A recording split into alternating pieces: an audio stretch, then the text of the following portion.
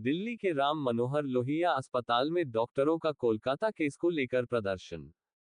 राम मनोहर लोहिया अस्पताल के डॉक्टरों ने कोलकाता कांड को लेकर चेतावनी दी है कि आने वाले समय में ओपीडी के साथ इमरजेंसी सेवाएं भी बंद कर देंगे अगर डॉक्टर की सुरक्षा को लेकर सरकार कोई भी कड़े कदम नहीं उठाएगी।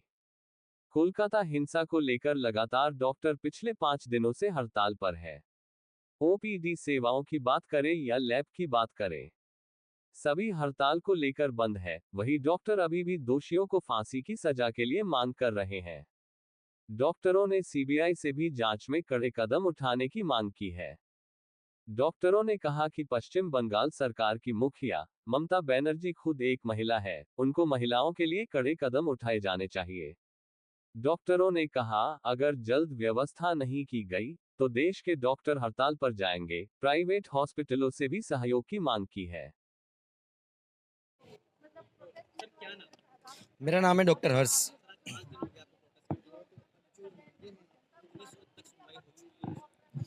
देखो, हाई कोर्ट की जो फटकार लगी है वेस्ट बंगाल गवर्नमेंट को, उसके बाद में केस सीबीआई को सौंपा जा चुका है, परंतु एविडेंस को टेम्पर करने की बेहुदी मनसा की वजह से जो 15 अगस्त को जो रात को 14 अगस्त को रात को जो रिक्लेम दी प्रोटेस्ट वाली जो मार्च हुई थी, उसमें जिस तरह से गुंडों ने ये किया हुआ है, ठीक है, उसके बाद में हमारा मांगे और बढ़ गई है। अब जो है वो सिर्फ डॉक्टर तक ये सीमित नहीं है, ये बहुत बड़ा मामला है।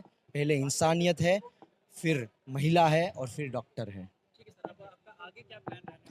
आगे हमारा प्लान, हमारी क्लियर डिमांड है कि जो दोषियों जो भी दोषित है, सारे दोषी जो एक पकड़ा गया है, उसके अलावा काफ़ी सारे हैं, गैंगरेप का मामला है, सारे लोगों को जल्द से जल्द पकड़ा जाए और उनको फांसी की सजा मिले। दूसरी बात कि फ्यूचर में ये इंसिडेंट ना हो, इसके लिए जो central health care protection act है उसको जल्द से जल्द लागू किया जाए, ये हमारी मेन मांगे हैं।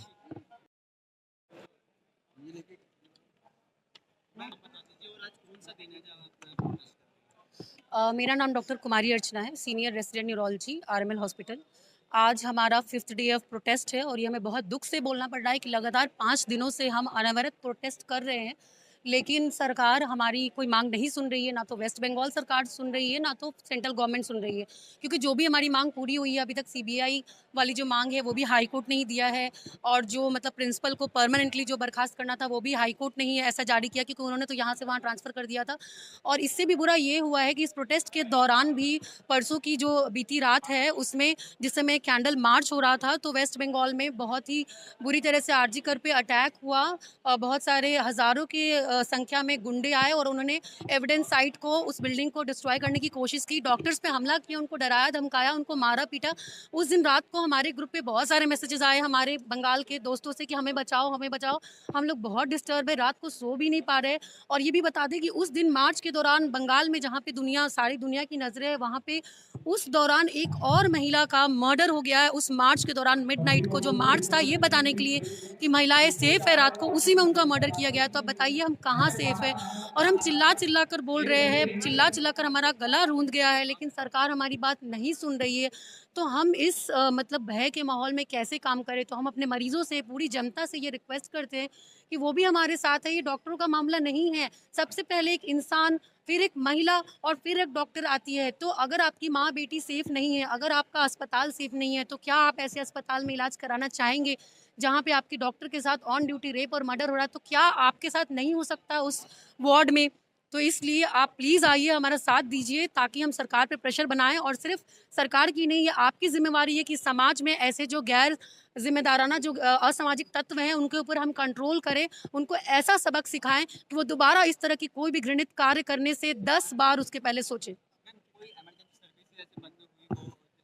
दिल्ली के अंदर हमने इमरजेंसी सर्विसेज अभी भी लागू रखी है, कुछ पार्ट्स ऑफ इंडिया में बंद किया गया है, बट अभी भी हम अपने पेशेंट्स के लिए केयर कर रहे हैं। ऐसा नहीं है, वो लोग भी केयर कर रहे हैं, बट मजबूर है, क्योंकि बिना बंद किए क्या है ना, सरकार सुन नहीं रही है और पेशेंट्स को समझ नहीं आ रहा है कि क्या है। अगर उनको हर फैसिलिटी मिल रही है तो उनको समझ ही नहीं आ रहा है कि हो क्या रहा है। इसीलिए जहाँ बंद भी किया गया वो मजबूरी में बंद किया गया, हमने अभी भी बंद नहीं की, इसलिए हम चाहते हैं कि हमें बंद ना करना पड़े।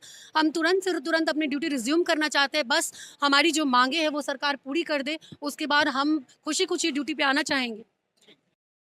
जो हड़ताल चल रही है आगे क्या प्लानिंग है आप लोगों की? मेरा नाम डॉक्टर प्रशांत बघेल है। अभी प्लान ये है कि आज के दिन मतलब बिहार मतलब निर्माण भवन जो है वहाँ पर हम लोग सब जा रहे हैं, वहाँ पर धरना दिया जाएगा। वहाँ पर जो भी मार्च का आगे नेक्स्ट प्लान आरडीए बताएंगे हमारे, जो भी होगा वो आप लोग मीडिया को बता दिया जाएगा। और फिलहाल में ये आक्रोश आपको इसलिए और ज़्यादा दिख रहा है क्योंकि 15 तारीख को 15 अगस्त के 2 बजे जो वहाँ पर लगभग मोर देन 3000 लोगों ने वहाँ पर शांतिपूर्वक प्रोटेस्ट कर रहे हैं, हमारे जो डॉक्टर साथी हैं उन पर अटैक किया गया है। तो वो क्या संदेश है? वो संदेश ये है कि हमको धमकाया जा रहा है वहाँ के एडमिनिस्ट्रेशन के द्वारा, वहाँ के प्रशासन के द्वारा, वहाँ के पुलिस प्रशासन, वहाँ के सरकार के द्वारा। ये लोग नहीं है, ये आतंकी लोग हैं जिन्होंने एक शांतिपूर्वक प्रोटेस्ट करते हुए लोगों पर हमला किया है। एक चीज़ बताइए कि हमने क्या बिगाड़ा तुम्हारा? हम चाह क्या रहे हैं? हमें कोई ऐसा तो चीज़ नहीं चाहिए। हमें डिमांड है कि हमको मतलब सुरक्षा मुहैया कराया जाए और सेंट्रल प्रोटेक्शन एक्ट लाया जाए, उसमें सारी सरकारें इसमें सहयोग करें और एक इसमें ड्राफ्ट बने जिससे कि हम लोगों को एक बिना भय वातावरण से काम कर सकें। अब ये इसकी जितनी घोर निंदा और जिसमें मतलब करनी चाहिए उतनी करनी चाहिए, क्योंकि जो अटैक हुआ है वो अटैक आतंकी इसलिए बोल रहा हूँ कि वहाँ पर सारी दवाइयाँ लूट ली गई हैं, वहाँ पर डॉक्टरों को पीटा गया है। ये बात आप लोग मीडिया में दिखाई भी गया होगा। और मैं ममता दीदी से यही कहूँगा, हाथ जोड़ के प्लीज़ हमारे साथ खड़े हैं, हमारे साथ हमारी वॉइस बने और वो जो निर्भया हमारी जो आज इस देश में मतलब इस वक्त नहीं रही हमारे साथ, हमारे साथी, उसको न्याय मिल सके।